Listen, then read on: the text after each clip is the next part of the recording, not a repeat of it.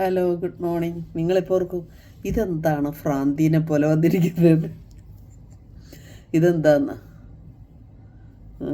ഇതാണ് എൻ്റെ മുടിയുടെ കറക്റ്റായിട്ടുള്ള മുടി. ഇതാ കണ്ട.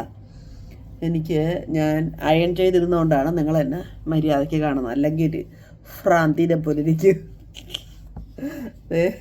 എൻ്റെ ഉള്ളിലോട്ടെല്ലാം ചുരുണ്ട മുടിയാണ്ട. ഇത് ഞാൻ മറ്റേ കെരാറ്റിനൊക്കെ ചെയ്തിട്ടതാണ് കൊണ്ടാണ് നടന്നത്. ഇപ്പം ഞാൻ ഇപ്പം വളർന്ന ഭാഗം ഇങ്ങനെ ഇരിക്കും. എൻ്റെ യഥാർത്ഥ മുടി ഇതാ. അത് ഞാൻ അയൺ ചെയ്തിടുമ്പോഴാണ് നിങ്ങൾ എന്നെ വൃത്തിക്ക് കാണുന്നത്. ഇന്നെനിക്കൊരു മൂഡില്ലായിരുന്നു. ചില ദിവസം നമുക്കൊരു മൂഡ് കാണത്തില്ലേ. ഇന്നെനിക്ക് സത്യം പറഞ്ഞൊരു മൂഡില്ലായിരുന്നു. മൂഡില്ലാതെ വരുന്ന ദിവസം ഞാൻ എന്തെങ്കിലുമൊക്കെ കാണിച്ച് ആ മൈൻഡിനെ അങ്ങോട്ട് ചില ദിവസം നമുക്ക് കാണത്തില്ല. എഴുന്നേറ്റ് വരുമ്പോഴേ നമുക്കൊരു തറ ക്യാരക്ടറായിരിക്കും നമുക്ക്. ഇത് കണ്ട ഒക്കെ കാണുമ്പം ഭ്രാന്ത് വരും. ഉണ്ട്. അപ്പം ഞാൻ അവിടെ ഇന്നത് ചെയ്യുന്നില്ലെന്ന് ഓർത്തിട്ടൊക്കെ മുടി യഥാർത്ഥ മുടി വളർന്നു വന്നോട്ടെ. അതുവരെ സഹിച്ചിരിക്കും. നിങ്ങളും എന്നെ സഹിക്കുക. പിന്നെ എപ്പോഴും അയൺ ചെയ്ത് മുടി പൊട്ടിപ്പോയി. ഇനി ഇവിടുന്ന് ഇത് വളർന്ന് ഇവിടം വരെയെങ്കിലും ഇറങ്ങുമ്പോഴേ ഈ വൃത്തികേടും മാറത്തുള്ളൂ. ഇത് കണ്ട, ഇങ്ങോട്ട് നമ്മൾ ഈ മുടി കൂടെ ഇത്രയും വളർന്ന് ഇവിടെ ഇട്ട് ഇറങ്ങണം. അപ്പോഴേ ഈ വൃത്തികേടും മാറത്തുള്ളൂ. അപ്പോൾ ഇതൊരു നിങ്ങൾ എന്നെ സഹിക്കൂ. പിന്നെ എൻ്റെ രണ്ട് വിശേഷം ഞാൻ പറഞ്ഞില്ല, ഇന്ന് രാവിലെ എഴുന്നേറ്റപ്പോൾ ഇടത്തോട്ട് തിരിഞ്ഞ് എഴുന്നേറ്റണക്കായിപ്പോയി. അതുകൊണ്ട് എനിക്ക് ഒരു മൂഡില്ലായിട്ട് ഞാൻ പിന്നെ എന്തെന്നറിയാം, ഞാനിങ്ങനെ എഴുതുകയായിരുന്നു എൻ്റെ മൈൻഡിനെ മാറ്റാൻ. അതായത് നമുക്ക് ഭയങ്കരമായിട്ട് ബോറടിച്ചും എന്തെങ്കിലും ഒരു വിഷമോ എന്തെങ്കിലുമൊക്കെ നമ്മുടെ ഒരു കാര്യമില്ലെങ്കിൽ എന്തെങ്കിലും ഒരു കാര്യമൊക്കെ നമ്മുടെ മനസ്സിലേക്ക് ഇങ്ങനെ കയറി വരുമല്ലോ. അപ്പോൾ നമ്മൾ എന്ത് ചെയ്യണമെന്നറിയാമോ? ഒന്നെങ്കിലൊരു പ്രാർത്ഥനയിലേക്ക് എന്തെങ്കിലും ഒരു ഇതേപോലെ എഴുതുക. നമ്മുടെ ആഗ്രഹങ്ങളൊക്കെ എഴുതി വെച്ചിട്ട് ചുമ്മാ എഴുതുക. അതിലേക്കിട്ടൊന്ന് കണ്ണോടിക്കുക. എഴുതി ഇങ്ങനെ പ്രാർത്ഥിച്ചുകൊണ്ടിരിക്കുക. ഒരു പോസിറ്റീവ് വൈബ് ഇങ്ങനെ നമുക്ക് വരും. പോസിറ്റീവ് എനർജി വരും. നമ്മൾ അതായത് നമ്മളെന്തിനെ ചിന്തിച്ച് അതിൻ്റെ ഇങ്ങനെ പുറകെ പോയി ഓരോന്നൊക്കെ ചിന്തിച്ച് നമുക്ക് ഇടയ്ക്കൊരു മൂഡ് ഓഫ് വരുമ്പോൾ നമ്മളെ മനസ്സിനെ ഇങ്ങനെ പറിച്ചുകൊണ്ട് വരണം. അവിടെ നിന്ന് ആ ചിന്തയിൽ നിന്ന് മാറ്റി വേറെ സ്ഥലത്തോട്ട് മാറ്റി വിടണം കേട്ടോ. അല്ലേ നമ്മൾ അതിനകത്ത് പെട്ടുപോയി നമ്മൾ ആ ഒരു ദിവസം പോകാൻ ഞാൻ സമ്മതിക്കത്തില്ല. ഞാനിപ്പോൾ ബോവനോട് പറഞ്ഞേ കുക്ക് ചെയ്യാൻ ബോവനോട് നല്ലൊരു മീൻ മേടിച്ച് തന്നിട്ട് പോകാൻ പറഞ്ഞു. ബോവനിപ്പോൾ എനിക്കിപ്പോൾ മീൻ മേടിച്ച് തന്നിട്ട് ബോവൻ ഓടിപ്പോയി. അതുകൊണ്ട് ഞാനിപ്പോൾ അതിപ്പോൾ കറി വെക്കാൻ കയറും ചക്കരകളെ. അതിന് മുമ്പ് നിങ്ങളോട് 2 വാക്ക് സംസാരിച്ചിട്ട് പോകാൻ നിർത്തും. എല്ലാവരും എന്നെ അടുക്കുന്നത് ഒരുപാട് പേര് സ്വയം തൊഴിൽ ചെയ്യുന്ന കാര്യത്തിലേക്ക് ഇറങ്ങിയിട്ടുണ്ട് സ്ത്രീകൾ. അതെനിക്ക് ഭയങ്കര സന്തോഷമുണ്ട്. കുറേ പേര് 50 വയസ്സായാലും തയ്യൽ പിടിക്കാനൊക്കെ പോകുന്നുണ്ട്. എനിക്കത് കേൾക്കുമ്പോൾ ഭയങ്കര സന്തോഷം. എനിക്കതൊക്കെ കാണുമ്പോൾ ഭയങ്കര സന്തോഷം. പിന്നെ കുറേ പേര് ഓരോ സാധനങ്ങളൊക്കെ ഉണ്ടാക്കി കൊടുത്തിട്ട് ഇവിടെ തന്നെ ഓരോരുത്തർ ഓരോ ഭക്ഷണങ്ങൾ ഉണ്ടാക്കിയിട്ട് വിൽക്കുന്നുണ്ട്. അതൊക്കെ എനിക്ക് അയച്ചു തരുന്നുണ്ട്. അത് പിന്നെ അവർ വീഡിയോ ചെയ്യാൻ അവരെന്നോടൊന്ന് വീഡിയോ ചെയ്യണമെന്ന് പറഞ്ഞാൽ ഞാൻ വീഡിയോ ചെയ്യാൻ പറ്റും. ഇനി അവർക്കിനി നമ്മൾ കാരണം നാണക്കേടൊന്നും വരുത്തണ്ടെന്ന് ഓർത്തിട്ടാണ്. എങ്കിലും അതൊക്കെ ഭയങ്കര എൻ്റെ വീഡിയോ കാണുന്നവരവർ. അപ്പോൾ എനിക്ക് ഇട്ട് തരുന്നുണ്ട്. അപ്പം ഞാനും അവരുടെ അടുത്ത് എന്തെങ്കിലുമൊക്കെ മേടിക്കുന്നുമുണ്ട്. പക്ഷേങ്കിൽ അവർക്കൊരു വീഡിയോ പറയാൻ നാണമെന്ന് തോന്നുന്നു. പക്ഷെ അത് പറഞ്ഞാൽ കൂടുതൽ കച്ചവടം കിട്ടത്തേ ഉള്ളൂ. അങ്ങനെയൊക്കെയാണ് കാര്യങ്ങൾ. നമ്മൾ നല്ല രീതിയിൽ പോകുന്നു. സന്തോഷം. എൻ്റെ മനസ്സിലെ ടെൻഷൻ മാറ്റാൻ വേണ്ടിയിട്ട് ഞാൻ കൂത്തിയിരുന്നോ എഴുതി ചക്കര എഴുതി പിടിപ്പിച്ച് ഞാൻ. അപ്പോൾ അത് പോയി. എനിക്ക് ചിരി സന്തോഷവും വന്നു. പോസിറ്റീവ് വൈബ് വന്നു. നമ്മൾ തന്നെ വിചാരിക്കണേ. അല്ല നമ്മൾ വിചാരിക്കുന്നത് വേറെ നിങ്ങളൊരു കാര്യം മനസ്സിലാക്കണം, എപ്പോഴും നമുക്ക് നമ്മൾ മാത്രമേ ഉള്ളൂ. ബാക്കിയുള്ള ഒന്നും നമ്മുടെ നമ്മൾ വിചാരിക്കും. നമ്മൾ ഒറ്റയ്ക്കല്ലേ ഇവിടെ ഭൂമിയിൽ വന്നത്. നമ്മൾ ഒറ്റയ്ക്കാണ് വന്നത്. നമ്മളിവിടെ വന്നു കഴിഞ്ഞിട്ടാണ് നമുക്ക് ഇവരൊക്കെ വന്നിരിക്കുന്നത് അല്ലേ. നമ്മുടെ കൂടെ ആരെങ്കിലും കൈ പിടിച്ചോണ്ട് ഇറങ്ങി വന്നാൽ ഇവിടെ ഇല്ലല്ലോ. ആരെങ്കിലും ഇപ്പോൾ നമ്മൾ ഒരു വയറ്റിൽ 2 കുട്ടികൾ ജനിച്ചാൽ അവരുടെ കാര്യം നമ്മുടെ കാര്യമായിരിക്കും എപ്പോഴും. നമ്മുടെ സന്തോഷം, നമ്മുടെ മനസ്സെപ്പോഴും സന്തോഷമാക്കി വെക്കുക എന്നതാണ് നമ്മുടെ ഉത്തരവാദിത്വം. നമ്മൾ മനസ്സ് സന്തോഷമാക്കി വെച്ചിട്ട് നമ്മൾ മനസ്സ് സന്തോഷവും നല്ല ചിന്തകളും ആയിട്ടിരിക്കുമ്പോൾ മാത്രമേ ഈശ്വര പ്രാർത്ഥിച്ചാൽ പോലും അത് എന്താ പറയുന്ന സക്സസ് ആകത്തുള്ളൂ. എന്തിനും സക്സസ് വരും. നല്ല സന്തോഷത്തോടെ നല്ല മൈൻഡോടെയും ചെയ്യുന്ന കാര്യം എല്ലാം സക്സസ് ആയിരിക്കും. നിങ്ങൾ നോക്കിക്കോ, അലസതയോടുകൂടി നമ്മൾ എന്ത് കാര്യം ചെയ്താലും അത് സക്സസ് ആകത്തില്ല. പ്രാർത്ഥിച്ചാൽ പോലും. ഞാൻ രാവിലെ ഒരിക്കലും ഇതൊരു നല്ലൊരു ടോപ്പാണ്. എൻ്റെ ഒരു കൂട്ടുകാരി ലീന എനിക്ക് എടുത്തു തന്നായിരുന്നു. ഞങ്ങൾ അങ്ങോട്ടും ഇട്ടൊക്കെ ഡ്രസ്സ് എടുത്തൊക്കെ കൊടുക്കുമായിരുന്നു കേട്ടോ. എനിക്കും എടുത്തുകൊണ്ട് വരും അവളുമാർ, ഞാനും അവളുമാർക്ക് എടുത്തു കൊടുക്കും. നല്ല ഫ്രണ്ട്സായിരുന്നു. അപ്പം എടുത്തുകൊണ്ട് വന്ന് അവൾ തന്നെ ഞാൻ തയ്ക്കുന്നിടത്ത് കൊണ്ടുപോയി തയ്പ്പിച്ച് എനിക്കൊരു ദിവസം സർപ്രൈസായിട്ട് കൊണ്ട് തന്ന ഡ്രസ്സായത്. ഈ സമയത്ത് ഞാൻ അവളെ ഓർക്കുന്നു. അങ്ങനെ പിന്നെ വേറെന്ത് പറയാൻ ചക്കരകളെ, മനസ്സിൽ പിന്നെ എന്താ പറയാനാ, കറി വെക്കാൻ പോവുക. ഇന്ന് കറി എന്ത് വെക്കണം, എന്ത് മീനാന്നൊന്നും ഞാൻ നോക്കില്ല. അവിടെ മീൻ കൊണ്ട് വെച്ചിട്ടുണ്ട്. ഞാൻ അടുക്കളയിട്ട് കയറില്ല, എനിക്ക് കയറാൻ പോകുക. ഞാൻ പടപടിപടിയെന്ന് അടുക്കളയിൽ നിന്ന് ജോലിയും കഴിഞ്ഞിറങ്ങും. എനിക്ക് അടുക്കള കിടക്കുന്ന ഇഷ്ടമല്ല. രാവിലെ ദോശയും സാമ്പാറുമായിരുന്നു ബോവൻ. ഇന്നലെ ഉണ്ടാക്കി മാവരച്ച് വെച്ച്, മിനിഞ്ഞാന്ന് അരച്ച് വെച്ചിട്ട് ഇന്നലെ ഇഡലി, ഇന്ന് ദോശ. സാമ്പാർ ഉണ്ടാക്കി 2 ദിവസത്തേക്ക് എടുക്കും ബോവൻ. സാമ്പാർ 3 ദിവസം കൊടുത്താലും 4 ദിവസം കൊടുത്താലും എന്ന് കൊടുത്താലും സാമ്പാറും ഇഡലിയാണ് കഴിച്ചോളൂ. ഞാൻ നിർത്തിയത് അറിയാമോ, ഗോതമ്പൊടി ഞാൻ കുറേ ശർക്കര ഉരുക്കി ഒരു കുപ്പിയിലാക്കി വെച്ചിട്ടുണ്ട്, ശർക്കര പാനിയാക്കി. എന്നിട്ട് എനിക്ക് ഈ കുട്ടനാട്ടിലൊക്കെ കിടന്ന് നമ്മൾ ഈ വേഗം എന്നുള്ള വരത്തൊക്കെ തിന്നേ. ഞങ്ങളുടെ അമ്മയൊക്കെ ഇങ്ങനെ അമ്മയുടെ സുമിത്രാമ്മയുടെയൊക്കെ പണി എന്താണെന്നറിയാമോ, കുറേ മൈദ അല്ലെങ്കിൽ കുറേ ഗോതമ്പൊടി പണ്ടത്തെ ഇത് തിന്ന് നമുക്കൊരു ശീലമുണ്ട്. ഒന്നേ പുട്ട്, അരിപ്പുട്ട്, അതല്ലെങ്കിൽ ഈ പൊടി മേടിച്ചിട്ട് അതിനകത്ത് കുറേ തേങ്ങയും ചിരണ്ടിയിട്ട്, നിറയെ തെങ്ങല്ലേ, കുറേ തേങ്ങ അങ്ങോട്ട് ചിരണ്ടിയിട്ടിട്ട് ഉപ്പിട്ട് വെള്ളം ഒഴിച്ചിട്ട് ഇച്ചിരി എണ്ണയൊക്കെ ഒഴിച്ചിട്ട് നന്നായിട്ട് കുഴച്ച് കുറേ സമയം വെച്ചേക്കും. എന്നിട്ട് അതിങ്ങനെ കനം കുറച്ച് പരത്തും. ചക്കരയുടെ കൈ വെച്ച് ഇങ്ങനെ പരത്തും. ഞങ്ങളതിന് റൊട്ടി എന്നാണ് പറയുന്നത്. എന്നിട്ട് പരത്തി ഇച്ചിരി എണ്ണ ഒഴിച്ച് തിരിച്ച് മറിച്ചൊക്കെ ഇട്ടു, വെളിച്ചെണ്ണ ഒഴിച്ച് തിരിച്ച് മറിച്ചൊക്കെ ഇട്ട് കൊടുത്തു. പക്ഷേ അതിന് 1.5 രുചിയാണ്. വെറും കടിജായ കൂട്ടി തിന്നാൻ എനിക്കത് ഭയങ്കര ഇഷ്ടമാണ്. അത് പിന്നെ എനിക്കിഷ്ടമുള്ള സാധനങ്ങളാണ്. പുട്ട് പിന്നെ എളുപ്പം ചെയ്യുകയും ചെയ്യല്ലോ. ബോബനിപ്പം ഞാൻ ഈ റൊട്ടിയൊക്കെ കൊടുത്തൊന്ന് പഠിപ്പിച്ചിട്ടുണ്ട്. 3 മണി 4 മണിക്ക് ചായക്ക് കടി. എനിക്ക് ഈ സത്യം പറഞ്ഞാൽ ചായക്കട പലഹാരത്തോട് വലിയ താല്പര്യമൊന്നുമില്ല. പഴംപൊരിയൊക്കെ തന്നെ മേടിച്ചിട്ട് വന്ന് നിറയെ എണ്ണ ആയിരിക്കും അതിനകത്ത്. അതുകൊണ്ട് എനിക്ക് ഇഷ്ടമില്ല അത് മേടിക്കാൻ. അപ്പോൾ ഞാൻ ഈ റൊട്ടിയൊക്കെ കൊടുത്ത് പിടിപ്പിക്കും. പിന്നെ എന്താ കാര്യം, പിന്നെ എനിക്കിഷ്ടമാണ്. പിന്നെ ഞാൻ ഇന്നലെ രാത്രി ഉണ്ടാക്കി വെച്ചാൽ അത് തന്നെ ഇന്നും ബ്രേക്ക്ഫാസ്റ്റ് കഴിച്ചതെന്ന് പറയുമോ, ഈ ശർക്കര പാനി ഉണ്ടാക്കിയത് ഗോതമ്പ് ഇടത്തോട്ട് കുറച്ച് ഒഴിച്ച് ഒരു ചെറിയ മധുരം കിട്ടാൻ വേണ്ടിയിട്ട്, ഷുഗറാണേ എന്നാലും. എന്നിട്ട് അതിനകത്തോട്ട് എന്താ വെച്ചത്, ഇച്ചിരി ഉപ്പിട്ട്, നുള്ളുപ്പിട്ട്, പിന്നെ ഏലക്കയും നല്ലീരൊക്കെ നല്ലപോലെ പൊട്ടിച്ചിട്ട് അതും ഇട്ട്, കുറച്ച് തേങ്ങയും അങ്ങോട്ട് ഇട്ട്, ശകല നെയ്യ് ഒഴിച്ച്, വെള്ളമൊക്കെ ഒഴിച്ചിട്ട് ഞാനത് നന്നായിട്ട് നനച്ച് അവിടെ കുറേ സമയം വെച്ചിട്ട് എനിക്ക് ബോറടിക്കുന്നുണ്ട്, ക്ഷമിക്കണേ. എനിക്ക് വേറെ ഒന്നും പറയാനില്ല കറിയില്ല. എന്നിട്ട് ഞാനത് എന്താ ഇടിയപ്പച്ചമ്പ് അടുപ്പ് വെച്ചിട്ട്, ചെറിയ ഇടിയപ്പച്ചമ്പ് ഇഡലി ചെമ്പുണ്ടല്ലോ, അത് അടുപ്പ് വെച്ചിട്ട് നെയ്യിൽ മുക്കി ഉരുട്ടി ഞാനത് നിരത്തി വെച്ച്, തേങ്ങ, ഏലയ്ക്ക, നല്ല ജീരകം, ഗോതമ്പൊടി, ശർക്കരപ്പാനി, ഇത്ര സാധനം കൂടെയാണ്. എന്നിട്ട് ഞാൻ ഉരുട്ടി വെച്ച്, എന്നിട്ട് ആ ഉണ്ടയാണ് ഞാൻ ഇന്ന് ബ്രേക്ക്ഫാസ്റ്റ് ഇന്നലെ വൈകുന്നേരം കഴിച്ചു തന്നിട്ട് ഇന്ന് രാവിലെ എനിക്ക് മടിയില്ല അത് കഴിക്കാൻ. എനിക്ക് വെറുതെ നടക്കുമ്പോൾ അത് കഴിച്ചുകൊണ്ടിരിക്കുന്നത് ഭയങ്കര ഇഷ്ടമാണ്. മണ്ണമ്പക്കത്തിലതാണ് എൻ്റെ ഒരു വിചാരം. വേറെ ഇഡലി എനിക്കിഷ്ടമല്ല. 1-2 ദിവസമൊക്കെ, ഒരാഴ്ച 1 ദിവസം 2 ദിവസം കഴിക്കാം. പിന്നെ ഇഡലിയോടൊന്നും വലിയ താല്പര്യമില്ല. ഇത് വല്ലപ്പോഴും കഴിക്കുന്നത് ഭയങ്കര ഇഷ്ടമാണ്. പിന്നെ വേറെ വല്ലയിടത്തും ചെന്നിട്ട് നമ്മൾ ഇഡലി കഴിക്കും, നമ്മളതിനുണ്ടാക്കി കഴിക്കുമ്പോൾ ഒരു ഇഷ്ടമില്ല. അങ്ങനെയല്ല, നിങ്ങൾക്കും അങ്ങനെ ആയിരിക്കുമല്ലോ അല്ലേ? പിന്നെന്ത് പറയാനൊക്കെ പ്രാർത്ഥന കേട്ടോ. നിങ്ങളാരും പ്രാർത്ഥന മുടക്കല് മടുക്കരുത്. പ്രാർത്ഥനയിൽ ഒരുപാട് പേര് പ്രാർത്ഥന കൊണ്ടിട്ട് ഈ സ്ഥിരം ഇങ്ങനെ സിംഗുമ്മ കാരണം പെർമനൻറ്റ് പ്രാർത്ഥിക്കാൻ തുടങ്ങി ജീവിതത്തിൽ മാറ്റാൻ നിങ്ങൾ ശ്രദ്ധിച്ചു. നിങ്ങളുടെ ലൈഫിൽ നിരന്തരമായി പ്രാർത്ഥിക്കുന്നവർക്ക്, അലസത ഇല്ലാതിരിക്കുന്നവർക്ക്, ഇതുപോലെ നമുക്ക് വിഷമങ്ങൾ ഇങ്ങനെ വരും. നമ്മൾ ഉറപ്പായ കാര്യം. പിന്നൊരു കാര്യം വേറെ അറിയാമോ, എൻ്റെ ഗുരുവായൂരപ്പ, എൻ്റെ വാട്സപ്പിൽ എത്രയോ പേരാണ് കടവാണെന്ന് പറയുന്നത്. കട സിംഗുമാ ജീവിക്കാന്ന് പറഞ്ഞിട്ട്. ഇപ്പം ഞാൻ ഈ ജോലിയുടെ പരസ്യമൊക്കെ ഇടുന്നതുകൊണ്ട് ആളുകൾ ആവശ്യത്തിൽ കൂടുതൽ ആളുകളാണ് വന്ന് നിൽക്കുന്നത്. അവരുടെ വാട്സപ്പ് നോക്കാൻ എനിക്ക് സമയമില്ല.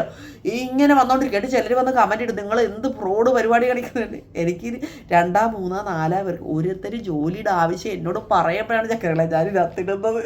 അത് ഞാൻ തെറിയും കേൾക്കുന്നുണ്ട്. എനിക്കെടുത്തു കൊടുക്കാൻ ഞാൻ എന്താ പണക്കാരിയെ ഓടിച്ചത്. എൻ്റെ വീട്ടിൽ ജോലി ആരെ വേണം, എനിക്ക് ആരും, ഞാൻ തന്നെ ചെയ്യാവുന്ന ജോലിയുണ്ട്.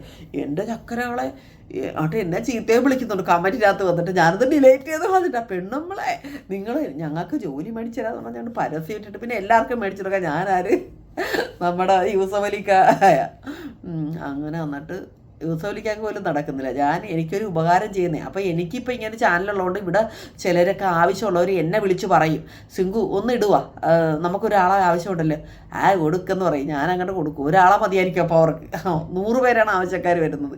ഒരാൾക്കെങ്കിലും കിട്ടിയപ്പോൾ അവർക്കൊരാശ്വാസം ആകുമല്ലോ എന്ന് ഓർത്തിട്ടാണ് അങ്ങനെ ചെയ്യുന്നത്. ഉപകാരം ചെയ്യുന്നതാണേ. എന്നിട്ട് ഞാൻ തെറി മേടിക്കുന്നുണ്ട് കേട്ടോ.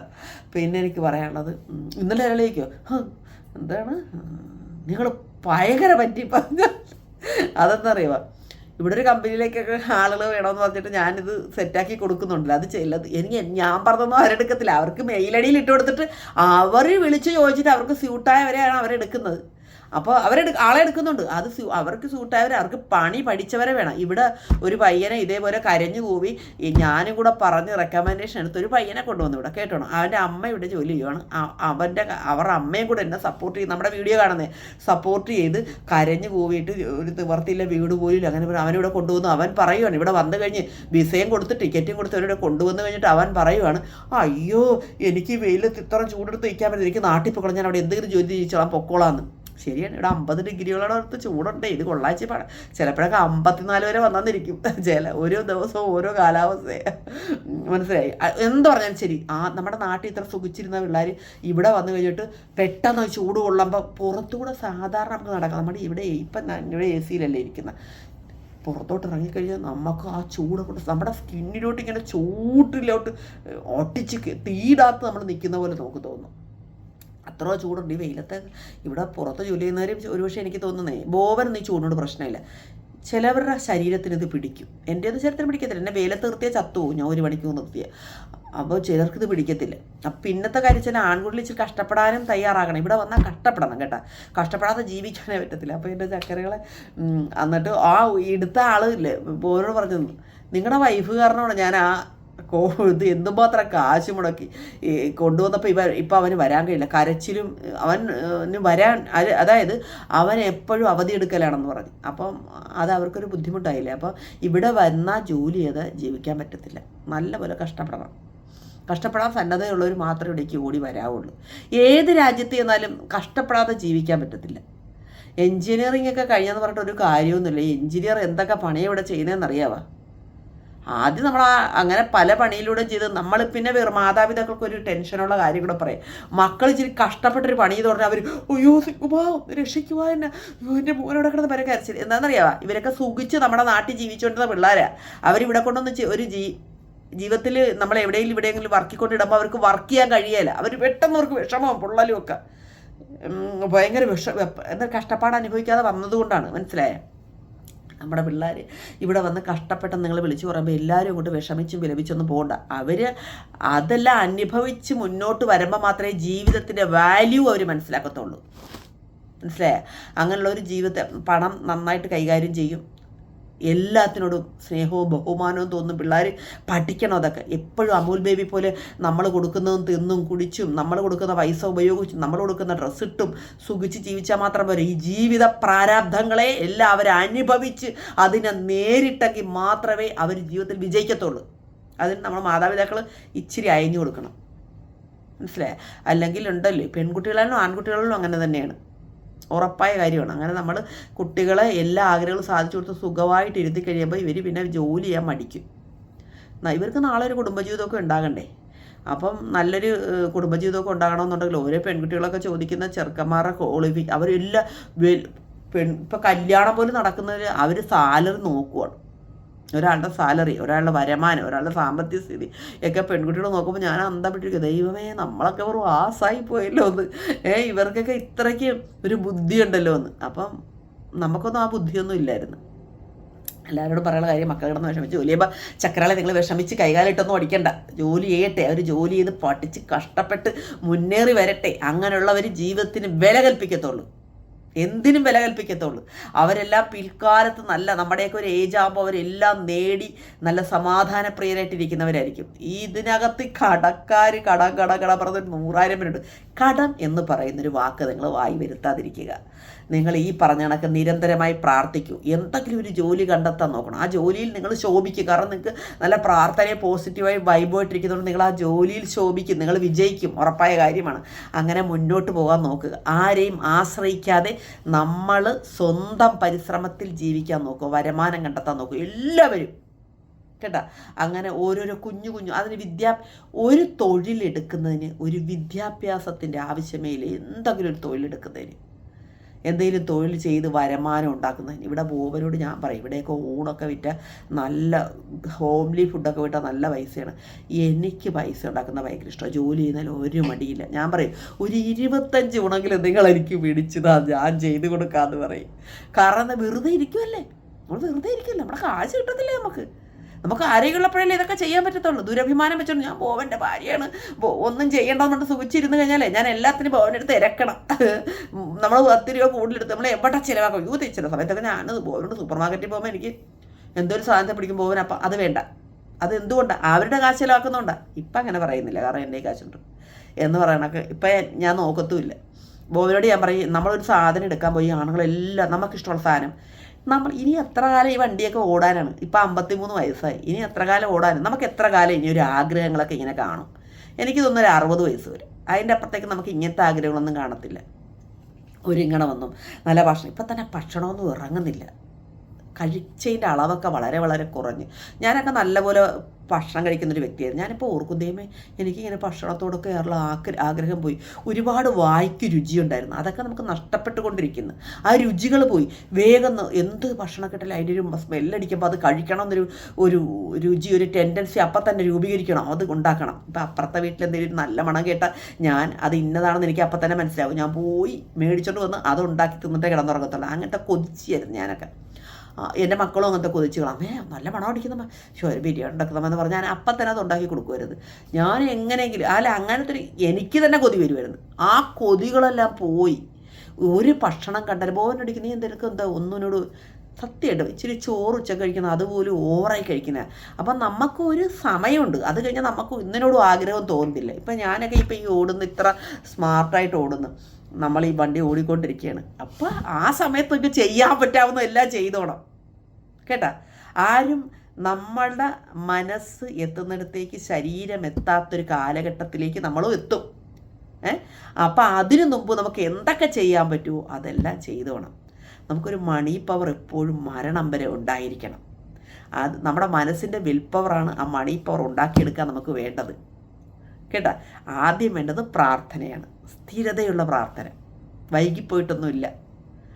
അപ്പോൾ നമ്മുടെ മനസ്സിന് നല്ല ഊർജ്ജം സംഭരിക്കാൻ പറ്റും. നമ്മൾ ചെയ്യുന്ന ഭയങ്കര സന്തോഷം വരും. എന്തിന് ഈ പ്രാർത്ഥന കൊണ്ട് നമുക്ക് ആദ്യം തരുന്ന നിരന്തരമായി പ്രാർത്ഥിക്കും. കഠിനമായി ഈശ്വരനെ വിശ്വസിക്കുന്ന ഒരാൾക്ക് ഉള്ളൊരു ആദ്യത്തെ ക്വാളിറ്റി എന്തായിരിക്കും? എന്ത് പ്രശ്നം വന്നാലും അതിനെ തടുക്കും. അതായത് മനസ്സുകൊണ്ട് എനിക്കുമില്ല, വരാൻ പോകുന്നതിനെ ഞാൻ സ്വീകരിച്ചിരിക്കുന്നു എന്നുള്ളൊരു മനോഭാവത്തോടു കൂടി ഇരിക്കും. ഭഗവാൻ കൃഷ്ണൻ ഭഗവത്ഗീതയിൽ പറഞ്ഞ കണക്ക് വരാൻ പോകുന്നതിനെ ഭാവിയെ നമുക്ക് നിർണ്ണയിക്കാനേ പറ്റില്ല. കഴിഞ്ഞതിനെ പറ്റി ആലോചിക്കേണ്ട, ദുഃഖിക്കുകയും വേണ്ട. വരാൻ പോകുന്ന എന്താണ് നിങ്ങൾക്ക് വരാൻ പോകുന്നതെന്ന് നിങ്ങൾക്ക് നിർണ്ണയിക്കാൻ പറ്റത്തില്ല. നമ്മൾ എന്തൊക്കെ പ്ലാൻ ചെയ്ത് വെക്കുന്നത് എഴുതി വെച്ചോ, ഇന്ന് നാളെ ഇന്നതുപോലെയൊക്കെ ചെയ്യുമോ? നടക്കത്തില്ല, മാറിപ്പോകുന്നത് എന്ന് പറഞ്ഞ കണക്ക് വരാൻ പോകുന്നതിനെ എനിക്കറിയാവുന്ന ഒരാളുണ്ട്. അതും ഒരു ഉദാഹരണം പറയാം. എൻ്റെ അനിമോൾ വളർന്നു വരുന്നൊരു സമയത്ത് എൻ്റെ അനിമോൾക്കൊരു 15 വയസ്സൊക്കെ ഉള്ള സമയത്ത് എൻ്റെ അടുത്ത് തന്നെയുള്ളൊരു നെയ്ബറായിട്ടൊരാൾ, ഒരു സ്ത്രീ എന്നോട് പറഞ്ഞു, നീ എന്ത് കൊടുത്തു നിൻ്റെ മകളെ കിട്ടാൻ? അതൊക്കെ സ്ത്രീധന പ്രശ്നമുണ്ടല്ലോ, മകളെ കെട്ടിക്കും, നിൻ്റെ മകളെ കെട്ടിക്കാൻ നിനക്ക് ആകാശമല്ലാതെ വല്ലതും ഉണ്ടോയെന്ന് എന്നോട് ചോദിച്ചായിരുന്നു അവർ. പക്ഷെ ഞാൻ അപ്പോൾ അത് കേട്ടപ്പോൾ എൻ്റെ മനസ്സിലൊരു കൊളുത്തി പോലെ തോന്നി. ഒന്നും ശരിയാണല്ലോ, എൻ്റെ മകൾ ഇത്ര വലുത്. അന്നൊക്കെ അവരൊക്കെ LIC, ചിട്ടി, പിന്നെ പൈസ, സ്വർണ്ണം എല്ലാവർക്കെല്ലാം ഉണ്ട്. എനിക്ക് കുറേ ഗോൾഡ് കവറിങ്ങും ഉണ്ട്, ഒരു ചുക്കുമില്ല, കുറേ കടമല്ലാതെ ഒരു കുന്തവും ഇല്ല. അപ്പം നിനക്ക് എന്തുണ്ട്, അണിഞ്ഞൊരുങ്ങി നടക്കുവാണ്, ഒന്നുമില്ലല്ലോ, നിനക്ക് നാളെക്കുറിച്ച് വല്ല ചിന്തയുണ്ട, നിൻ്റെ മകളെ നീ അങ്ങനെ കെട്ടിക്കുമെന്ന് പറഞ്ഞു. ഞാൻ മാനസികമായിട്ടത് കേട്ടപ്പോൾ കാരണം എനിക്ക് അങ്ങനെ സമ്പാദിക്കാനൊന്നുമില്ല, കിട്ടുന്നത് തുച്ഛമായ വരുമാനത്തിൽ ഞങ്ങൾ നല്ല ഫുഡും കഴിച്ച് നല്ല രീതിയിൽ ജീവിക്കുകയാണ്. അപ്പോഴും ക്വാളിറ്റി ഉള്ളൊരു ജീവിതം ജീവിക്കാൻ നോക്കുകയാണ്. അതുകൊണ്ട് കേട്ടോടാ നിങ്ങൾ, വർഷങ്ങൾക്ക് ശേഷം അവരുടെ മകൾക്ക് ഇപ്പോൾ 37 വയസ്സുണ്ട്. എൻ്റെ മകളെ 20 വയസ്സിൽ തന്നെ ഞാൻ കെട്ടിച്ച്. അപ്പം അവൾ നല്ല സുഖമായി ജീവിക്കുകയും ചെയ്തോണ്ട് ഞാൻ മനസ്സിലാക്കിക്കോണം, അവരുടെ മകൾ ഇന്നും കല്യാണം കഴിച്ചിട്ടില്ല. അവരെന്നോട് ചോദിച്ച ചോദ്യമാണ്, നിനക്ക് ആകാശമല്ലാതെ വല്ലതും ഉണ്ടാകുന്നു? ആകാശത്തെ ഞാനിപ്പോൾ വിശ്വസിക്കുന്നത്, ആകാശത്ത് ദൈവം തമ്പുരാനുണ്ടായിരുന്നു, എനിക്ക് ആകാശത്തെ ഈശ്വരനുണ്ടായിരുന്നു. ഞാൻ എങ്ങനെ എൻ്റെ മോളെ കെട്ടിച്ചെന്ന് പോലും എനിക്കറിയത്തില്ല സത്യം. ഇപ്പോൾ ഞാൻ അന്നത്തെ കാലത്ത് ഒരുവിധം മാക്സിമം നല്ലൊരു ഇതൊക്കെ കൊടുത്താണ് കെട്ടിച്ചത്. അവരാവശ്യപ്പെട്ടില്ലെങ്കിൽ ഞാനൊരു നല്ല ഇതൊക്കെ കൊടുത്താണ് കെട്ടിച്ചത്. എന്നിട്ട് അതിന് പോലും ഞാനൊന്നും ഉണ്ടാക്കിയൊന്നും വെച്ചിട്ടില്ലായിരുന്നു. ഓരോരുത്തർ കൊണ്ട് സഹായിക്കുമായിരുന്നു ഇങ്ങോട്ട്. 5 പവൻ 2 പവൻ 3 പവൻ ഒക്കെ വായ്പയായിട്ട് ഇന്നാന്ന് പറഞ്ഞുകൊണ്ട് തന്ന് 8 പവൻ വരെ തന്നൊരു കൂട്ടുകാരിയുണ്ട്. അപ്പോൾ ഞാൻ ഓർക്കും അവരെന്ത് കണ്ടിട്ടുണ്ട് എനിക്ക് തന്ന്. എൻ്റെ പ്രാർത്ഥനയാണ്. അതാണ് ദൈവം, പ്രകൃതി നമുക്ക് ഒരുങ്ങും. നമുക്ക് ആഗ്രഹമുണ്ടോ? നമുക്ക് ആദ്യം വേണ്ട നിരന്തര പ്രാർത്ഥന, ആഗ്രഹം. ഇത് രണ്ടും കൂടെ യോജിക്കും. എന്നിട്ട് ഈ പ്രപഞ്ചം നമുക്ക് അനുകൂലമെന്ന് നമുക്ക് ചുറ്റിലും നിൽക്കുന്നവരെ അങ്ങനെ ഒരുക്കും. അവരുടെ ഉള്ളിലേക്ക് ഒരു പോസിറ്റീവ് വൈബ് കൊടുക്കും. നമ്മുടെ ഒരു ആവശ്യം വരുമ്പോൾ നമ്മൾ ആഗ്രഹിക്കുന്നതിന് അവർ കൂടെ നിൽക്കുന്നവർ നമ്മളോട് ഓട്ടോമാറ്റിക് ചോദിക്കും, നിനക്കിത് വേണോ, എന്ത് വേണം, പൈസ വേണോ, അല്ലെ സ്വർണ്ണം വേണോ എന്ന് ചോദിച്ചിട്ടാണ് എനിക്ക് കൊണ്ട് തന്ന് ഞാൻ കല്യാണം നടത്തി ഗുരുവായൂരമ്പലത്തിൽ വെച്ച് ചക്കരകളെ. അങ്ങനെ പല പല കുറവുകൾ അതിനകത്ത് ഉണ്ടായിരുന്നു. വലിയ പൈസയൊന്നും വെച്ചുകൊണ്ട് ചെയ്ത കല്യാണങ്ങളില്ല. എങ്കിൽ തന്നെയും ചില കാര്യങ്ങൾക്ക് തമ്പുരാൻ ഭയങ്കര അത്ഭുതം കാണിച്ചതുകൊണ്ടാണ് എനിക്ക് അന്ന് അത് ചെയ്യാൻ സാധിച്ചത്. ആദ്യം നമുക്ക് മനസ്സിൽ വേണ്ടത് നിരന്തര പ്രാർത്ഥന, ആഗ്രഹം. ഇത് രണ്ടും കൂടെ സംയോജിച്ച് കഴിയുമ്പോൾ വിജയം സുനിശ്ചിതം. പ്രാർത്ഥനയുണ്ടോ, ആഗ്രഹമുണ്ടോ? ആദ്യം പ്രാർത്ഥനയുണ്ട്, സെക്കൻഡ് ആഗ്രഹമുണ്ടോ? നിരന്തരമായ ഇതിൻ്റെ പിന്നാലെ തന്നെ നമ്മളുണ്ടെങ്കിൽ ഉറപ്പായിട്ട് നടക്കും. തോന്നുമ്പോൾ പ്രാർത്ഥിക്കുന്നവർക്കൊന്നും കാര്യം നടക്കത്തില്ല. നിരന്തരമായിട്ട് പ്രാർത്ഥിക്കണം. അതാണ് കൃപാസനത്തിലൊക്കെ കാര്യങ്ങൾ സാധിക്കുന്ന ആളുകൾ പറയുന്നത്. വെറുതെ ഒന്നുമല്ല. അപ്പം ഇരുന്ന് കൂക്കി വിളിച്ചിട്ട് വെറുതെ അന്ധവിശ്വാസം മറ്റു കാര്യം, അത് പോസിറ്റീവ് ചൈതന്യത്തെ ഉണ്ടാക്കുകയാണ്. ഈ പ്രപഞ്ചത്തിന് അങ്ങനെ ഒരു ശക്തി ഉണ്ട്. നമ്മൾ നിരന്തരമായ ഒരു കാര്യം ആഗ്രഹിക്കുകയും പ്രാർത്ഥിക്കുകയും അതിനുവേണ്ടി പ്രവർത്തിക്കുകയും ചെയ്തു കഴിഞ്ഞാൽ ആ സംഗതി നമ്മളിലേക്ക് വന്നിരിക്കും. വീണ്ടും വീണ്ടും വീണ്ടും ഞാൻ നിങ്ങളോട് പറയുകയാണ്, അലസതയും മടിയും പിടിഞ്ഞ് നിരന്തരമായി പ്രാർത്ഥിക്കൂ. എന്തിനെ അഭിമുഖീകരിക്കാനുള്ള ശക്തി മനസ്സിന് കിട്ടും. നമ്മൾ എന്താണോ ആഗ്രഹിക്കുന്നത് അതിലേക്ക് നമ്മൾ എത്തിച്ചേരും. ഒരു ദുഃഖവും നമ്മളെ തളർത്തത്തില്ല. ഓക്കെ, നല്ലൊരു ദിവസം ആശംസിച്ചുകൊണ്ട് ഞാൻ നന്നായിട്ട് പാചകം ചെയ്യാൻ പോവുകയാണ്. എന്തെങ്കിലും രുചിയായിട്ടൊരു കറി വെക്കാൻ പോവുകയാണ്. ഓക്കെ.